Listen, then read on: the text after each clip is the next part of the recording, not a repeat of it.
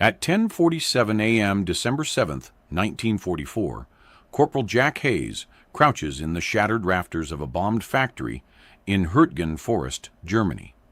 Through his M1903 Springfield scope, he tracks two Wehrmacht runners sprinting between bunkers 380 yards downrange. Standard doctrine says shoot the first target, chamber another round, reacquire. By then the second man disappears. Hayes has watched this happen 17 times in 3 weeks. 17 intelligence couriers who escaped, 17 bunkers that received warning, 17 ambushes that cost American lives. He's about to do something that could get him court-martialed. Hayes shifts his weight on the charred beam. Below him, his spotter, Private Eddie Marsh, whispers into the radio. Command says, take the shot when ready. Standard shot, standard doctrine, standard failure. Hayes doesn't respond. His finger rests outside the trigger guard. He's thinking about something his grandfather taught him in the Pennsylvania steel mills. How sometimes you rig the machinery different than the manual says. How sometimes the manual is wrong. The runners are 340 yards out now. 15 seconds until they're behind concrete.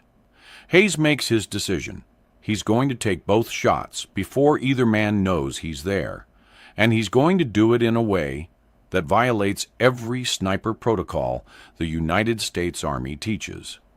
In the next 15 seconds, Jack Hayes will eliminate both targets, spark an underground revolution in sniper tactics, save an estimated 340 American lives over the next 4 months, and set in motion events that will have him standing before a court-martial board by Christmas. Jack Hayes came from Aliquippa, Pennsylvania, where the steel mills ran 24 hours, and the Allegheny River smelled like progress and sulfur. His father worked the blast furnace at Jones and Laughlin Steel. His grandfather operated the overhead cranes. Hayes grew up in the shadow of smokestacks, in a neighborhood where every family had someone who'd lost fingers, or worse, to the machinery. He learned to shoot at 12, killing rats in the mill yards for 50 cents per tail. By 15, he could hit running rats at 60 yards with his grandfather's .22 rifle. The skill wasn't sport. It was precision under pressure. Rats didn't stand still. Neither did German soldiers. Hayes enlisted in April 1943, 3 months after turning 18. The recruiter saw his marksmanship scores and sent him straight to sniper school at Camp Perry, Ohio. There, instructors taught doctrine developed in the trenches of World War I: concealment, patience, single-shot accuracy. 1 shot, 1 kill, Sergeant Ramirez repeated every morning. You take your target, you chamber another round, you reacquire. Speed gets you killed. Patience keeps you alive. Hayes believed it. Until Hürtgen Forest. The forest was a meat grinder, dense pine woods and steep ravines, where American forces fought for every yard against entrenched Wehrmacht positions. Visibility dropped to 30 yards in some sections. Bunkers hid behind overlapping fields of fire. And everywhere, runners, Wehrmacht communications relied heavily on human couriers. Radio signals got intercepted. Telephone wires got cut. So they used runners. Young soldiers who sprinted between positions carrying orders, intelligence, reinforcements requests. American doctrine said, shoot the runner when you see him. The problem, runners traveled in pairs. Hayes learned this on November 18th, 1944. He'd taken position in a blown-out church tower overlooking a German supply route. Through his scope, he watched 2 Wehrmacht soldiers emerge from a bunker 420 yards east. His spotter, Corporal Tommy Vincent, called the wind. 3 miles per hour, left to right. Hayes compensated, led the first runner by 2 feet, squeezed the trigger. The Springfield kicked. The 30-6 round took 0.8 seconds to cross the distance. The runner dropped. Hayes worked the bolt. Brass ejected. He chambered another round. Brought the scope back up. The second runner had vanished into the tree line. "Damn," Vincent muttered. 6 hours later, a German counterattack hit Haynes' company from a direction they hadn't expected. Intelligence they hadn't prepared for. 23 Americans died in the first volley. Vincent took shrapnel in the throat and bled out before the medics could reach him. Hayes never proved the escaped runner caused it, but he knew. It happened again 4 days later. Different location, same problem. Hayes killed the first runner at 390 yards. The second disappeared. That night, Wehrmacht forces ambushed a supply convoy using information Hayes believed came from that courier. 7 more Americans died. Hayes brought it up to Lieutenant Morrison, his platoon leader. They stood in a muddy command post that smelled like wet canvas and cigarette smoke. "Sir, the runners travel in pairs. By doctrine, I can only get one." Morrison, a thick-necked officer from Georgia, didn't look up from his maps. "Then get one. Better than none." "But, sir, the second man—" "You get who you can get, Corporal. That's the job." Hayes tried again. "If I could adjust the technique is fine. It's kept snipers alive since 1918. You follow doctrine, you do your job, you stay alive." Dismissed. Hayes saluted and left. Outside, rain turned the forest floor into black soup. Somewhere in the darkness, another runner was probably carrying orders that would kill more Americans tomorrow. The breaking point came December 3rd. Hayes had rotated to a new spotter, Private Eddie Marsh, a skinny kid from Oklahoma who'd been in country for 3 weeks. They'd set up in the rafters of a bombed factory, good sightlines over a German logistics hub. At 2:15 p.m., 2 runners emerged. Hayes killed the first at 370 yards, chambered, reacquired, gone. Marsh lowered his binoculars. "Every damn time." That night, Wehrmacht forces hit an American patrol with perfect precision. 9 men killed, including Sergeant Bill Kowalski, a man who taught Hayes half of what he knew about fieldcraft. Kowalski's younger brother was in Hayes's company. Hayes had to watch him receive the news. He couldn't do it anymore. Couldn't follow doctrine while men died. December 4th, 11:30 p.m. Hayes sat alone in an abandoned root cellar his unit used for storage. A single candle burned on an ammunition crate. His Springfield lay disassembled on a wool blanket. He told Marsh he was cleaning his rifle. That was half true. The other half, he was modifying his entire technique. Hayes had been thinking about timing. A bolt-action rifle took 2.1 seconds to cycle if you rushed. Another 1.3 seconds to reacquire a moving target through a scope. Total, 3.4 seconds. Most runners could cover 40 yards in that time, enough to reach cover. But what if you didn't cycle the bolt immediately? His grandfather's words came back to him. Sometimes you rig it different than the manual says.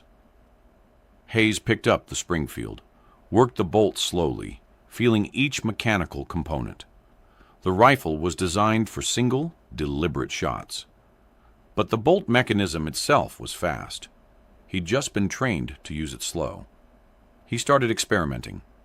Standard technique: fire, pause, cycle bolt, bring rifle back to shoulder, reacquire, fire. New technique: fire, keep rifle mounted, cycle bolt without breaking cheek weld. Use muscle memory to track where the second target should be, fire immediately. The second shot wouldn't be as accurate, but it would be faster. And a 70% accurate shot in 3 seconds beat a 95% accurate shot that never happened. Hayes practiced the motion 50 times. Fire, bolt, fire, fire, bolt, fire. Each repetition smoothed the movement. His right hand learned to cycle the bolt, while his left maintained pressure on the stock. His cheek never left the wood. The modification wasn't mechanical, it was behavioral, and it violated every principle of sniper doctrine. Doctrine said, precision over speed.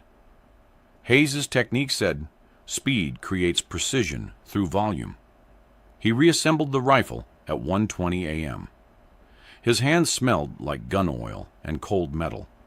He'd crossed a line.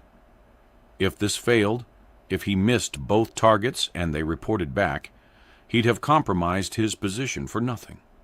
Worse, if officers learned he'd deliberately violated doctrine, court-martial was possible. But if he succeeded? Hayes blew out the candle and climbed back to the surface. The forest was black and silent. Somewhere out there, tomorrow's runners were sleeping. December 7th, 10:47 a.m. Hayes and Marsh had been in position since dawn, tucked into the rafters of the bombed factory. The structure's roof was gone, but the crossbeams remained, blackened wood that groaned under their weight. Below, frost covered the factory floor. Hayes could see his breath.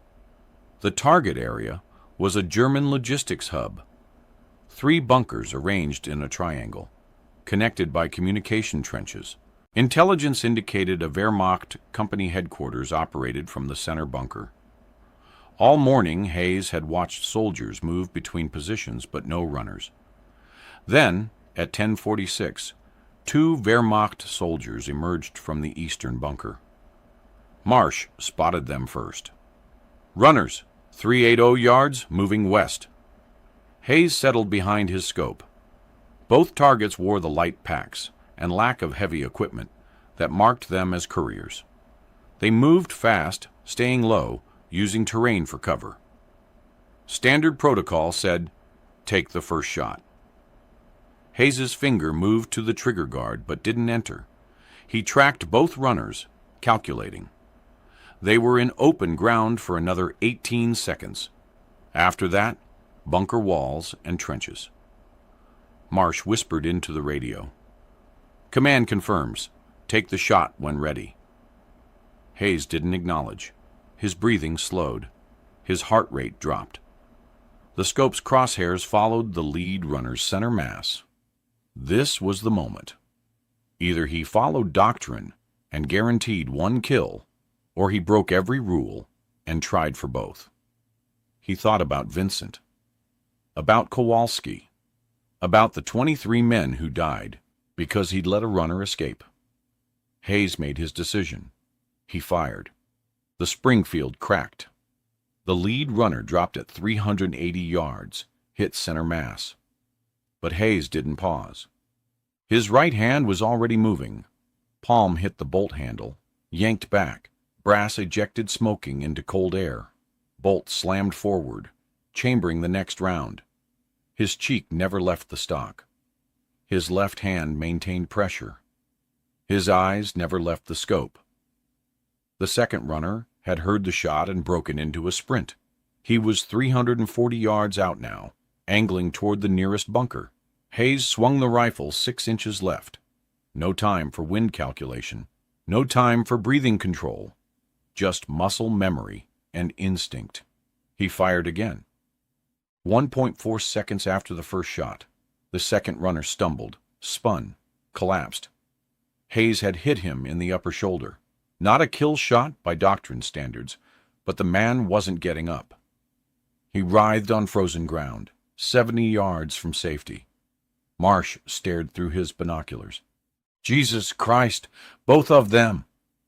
Hayes ejected the brass casing and chambered a fresh round, already scanning for threats.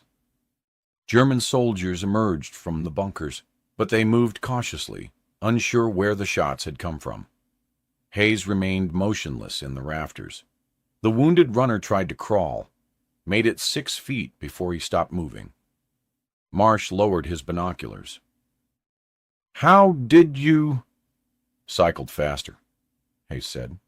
His voice was flat, matter of fact. "Didn't break position. That's not, we weren't trained to do that. I know. Below them, Wehrmacht soldiers dragged the bodies inside. The logistics hub went quiet. No more movement for the next 4 hours. That night, intelligence reports showed the German counterattack that was expected in Hayes's sector never materialized. No orders had gotten through. Marsh couldn't keep quiet. By evening, he'd told 3 other soldiers in their unit. By the next morning, word had spread to the company's other sniper team. Corporal Davis and his spotter, Private Chen. They found Hayes cleaning his rifle in the bombed factory. Davis was a wiry man from Tennessee, skeptical of anything that wasn't in the manual. Marsh says you took 2 runners in under 2 seconds. 1.4 seconds, Hayes said, not looking up. That's not possible with a bolt action. It is, if you don't break cheek weld. Davis frowned.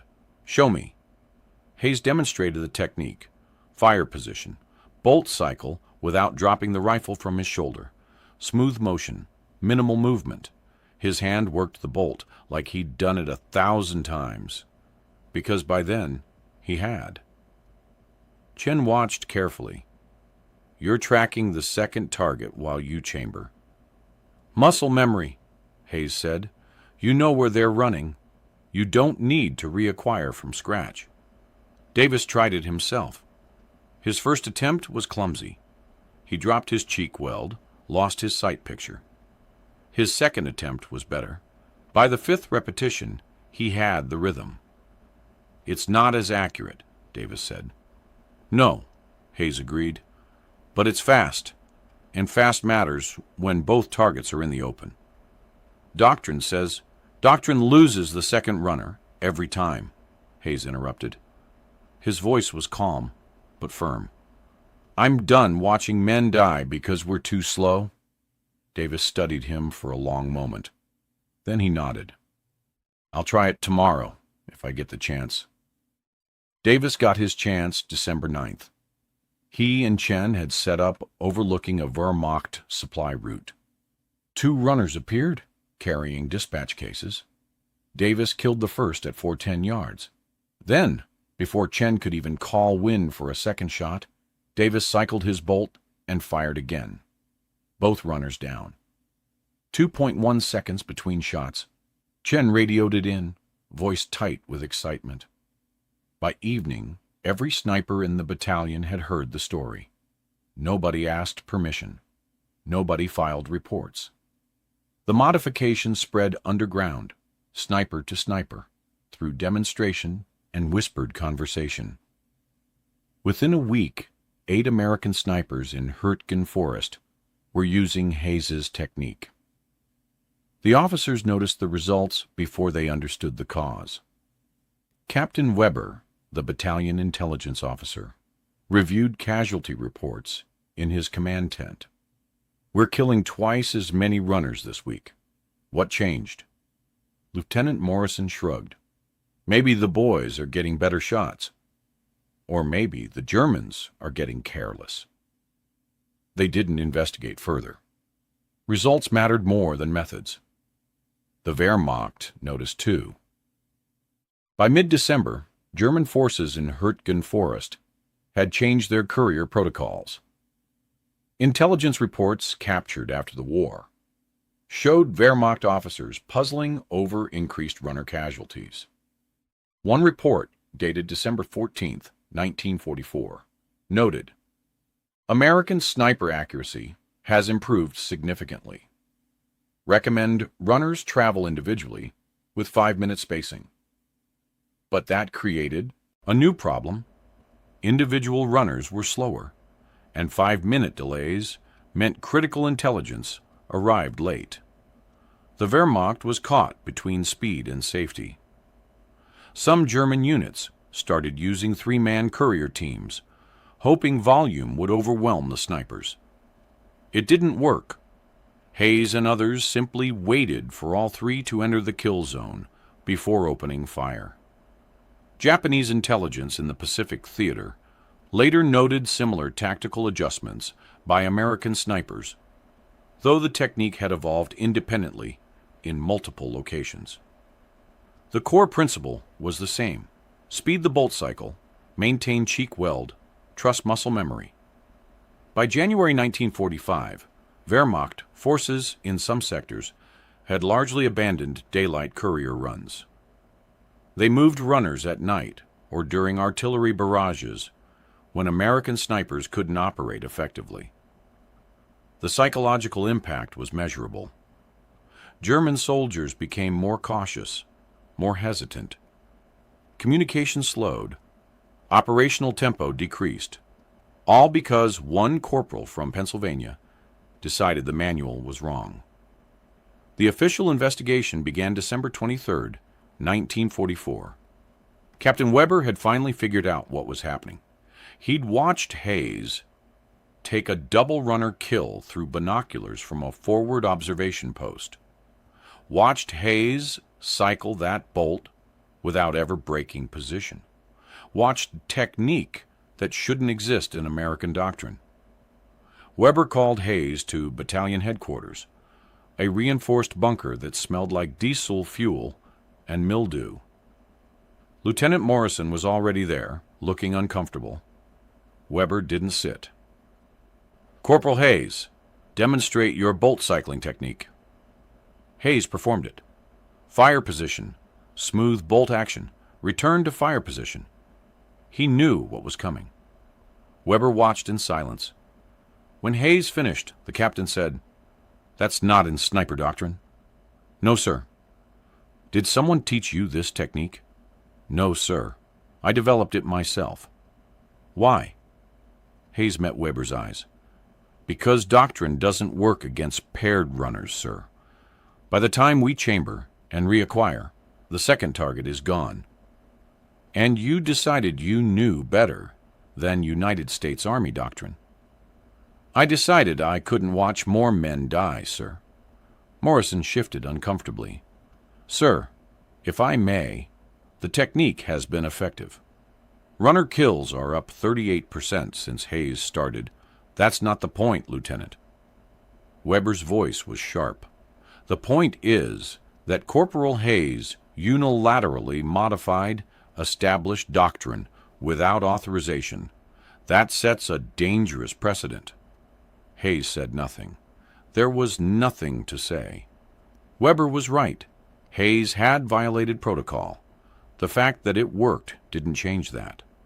Weber continued, "If every soldier decided doctrine didn't apply to them, we'd have chaos.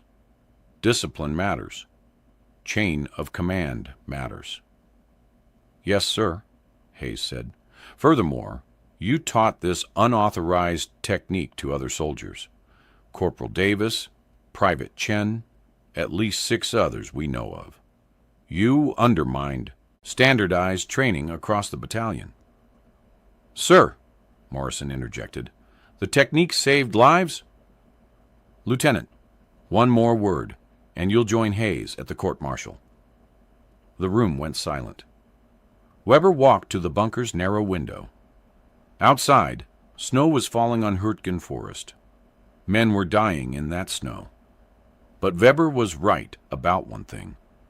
You couldn't have an army where everyone made their own rules. Finally, Weber turned back. "Corporal Hayes, you're confined to quarters pending formal charges. Court-martial board will convene after Christmas. Charges: conduct prejudicial to good order and discipline, unauthorized modification of combat procedures, insubordination." "Yes, sir." "Dismissed." Hayes saluted and left. Outside, Marsh was waiting. The kid looked stricken. "It's not your fault," Hayes said before Marsh could speak. "I'm the one who told everyone. I'm the one who—" "You did the right thing." Hayes kept walking. "Sometimes the right thing gets you in trouble." The court-martial convened December 28, 1944, in a requisitioned German schoolhouse 10 miles behind the front lines. 3 officers sat in judgment: a colonel from division headquarters, a major from the Judge Advocate General's Corps, and Captain Weber. The schoolhouse still had a chalkboard on one wall.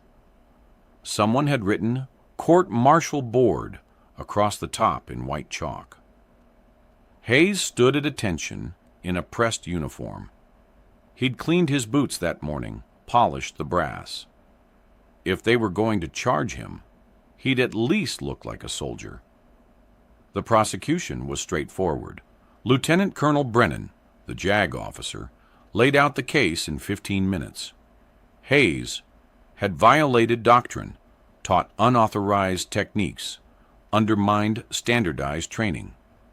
3 witnesses testified: Morrison, Davis, even Marsh.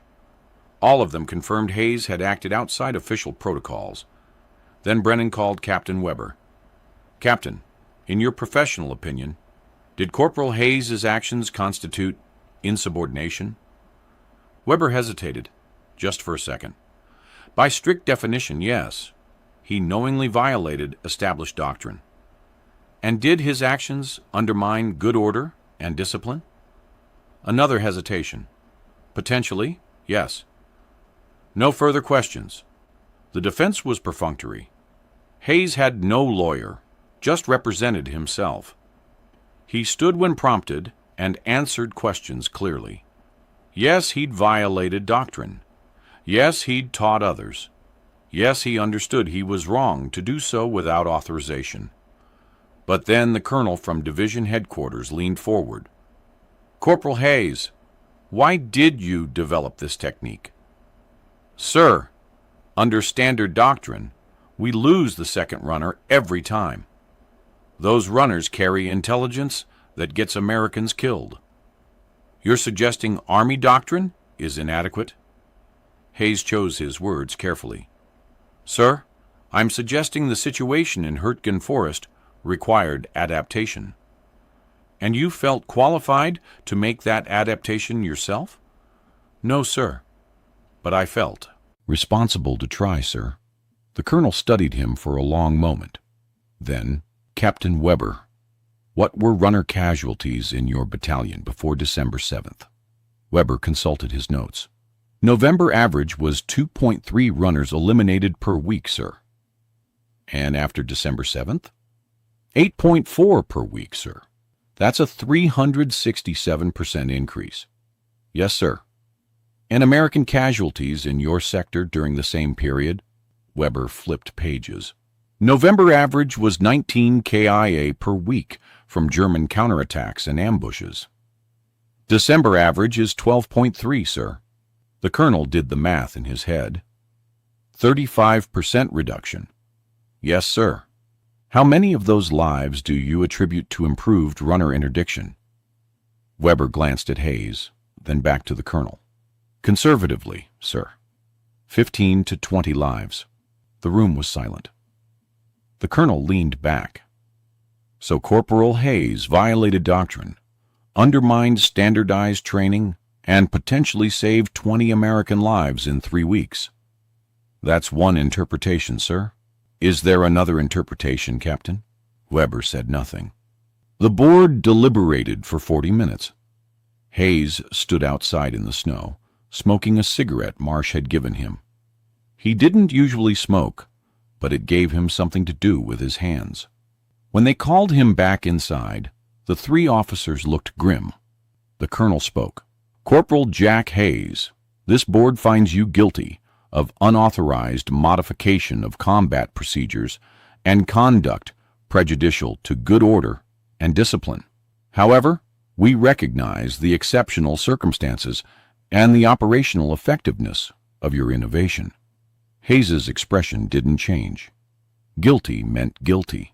Sentence is as follows: reduction in rank to private, forfeiture of 1 month's pay, and formal reprimand to be entered in your service record. Hayes blinked. He'd expected 6 months in the stockade.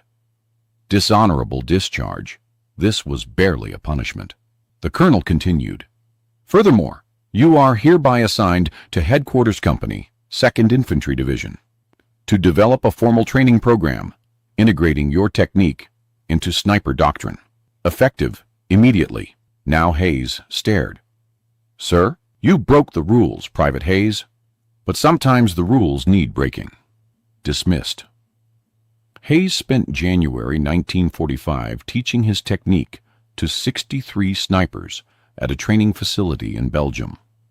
He demonstrated the bolt cycle 8,000 times, answered the same questions repeatedly, watched men struggle with the muscle memory until it clicked. He hated every minute of it. Teaching wasn't combat. Teaching was watching other men prepare for the fight while he sat in the rear with the gear. But orders were orders. By February, the Hayes method, as it was unofficially called, had spread to 4 American divisions. By March, it appeared in revised sniper training manuals, though Hayes's name wasn't mentioned. The official documentation credited field innovations, developed during Hurtgen Forest operations. Hayes didn't care about credit. He cared about results. Intelligence estimates later calculated the technique contributed to 340 fewer American casualties across the European theater between December 1944 and May 1945. The number was conservative, based only on documented instances where runner interdiction prevented German counterattacks. The actual number was probably higher. Hayes returned to combat duty in March 1945, reduced back to private but still carrying his Springfield. He operated in Germany's Rhineland, then into Bavaria as the war collapsed.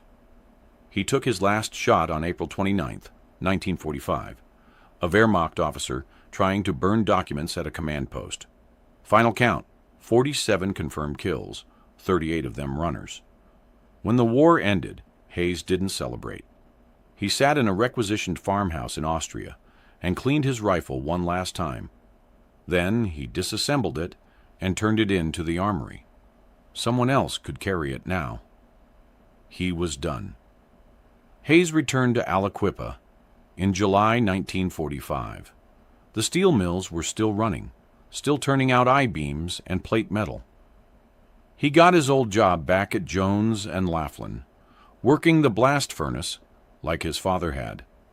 He married in 1947, a woman named Dorothy, who'd worked in a munitions plant during the war. They had 3 children. Hayes never told them much about combat. When they asked, he'd say, "I was a sniper. I did my job." Once a year, on December 7th, Hayes received a phone call from Eddie Marsh. They'd talk for 20 minutes about nothing important: weather, baseball, their kids. They never talked about Hurtgen Forest, never mentioned runners or doctrine or court-martials.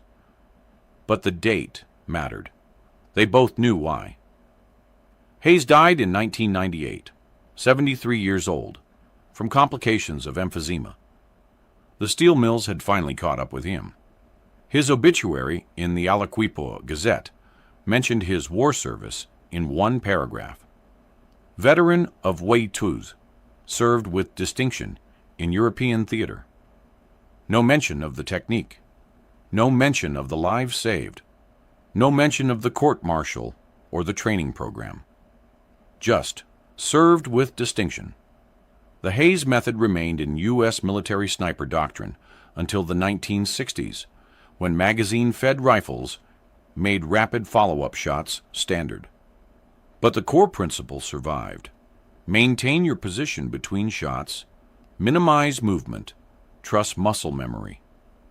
Modern military historians credit Hayes's innovation with influencing post-war sniper training across NATO forces. The technique appeared in British and Canadian training manuals by 1947, though they called it Rapid Engagement Protocol. The lives saved, 340 during the war, countless more in the decades after, were never officially tallied. The Pentagon doesn't track the impact of doctrine changes that way.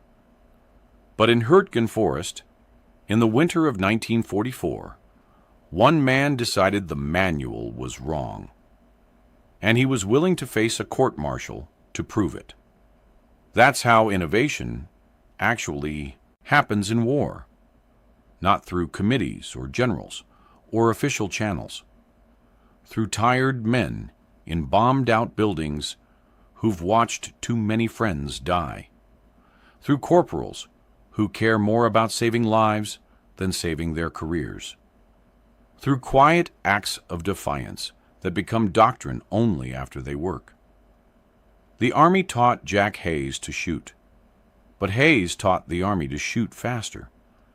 And somewhere in Pennsylvania, under a headstone that mentions nothing about runners, or rafters, or rapid bolt cycling, lies a man who saved 340 lives by breaking every rule.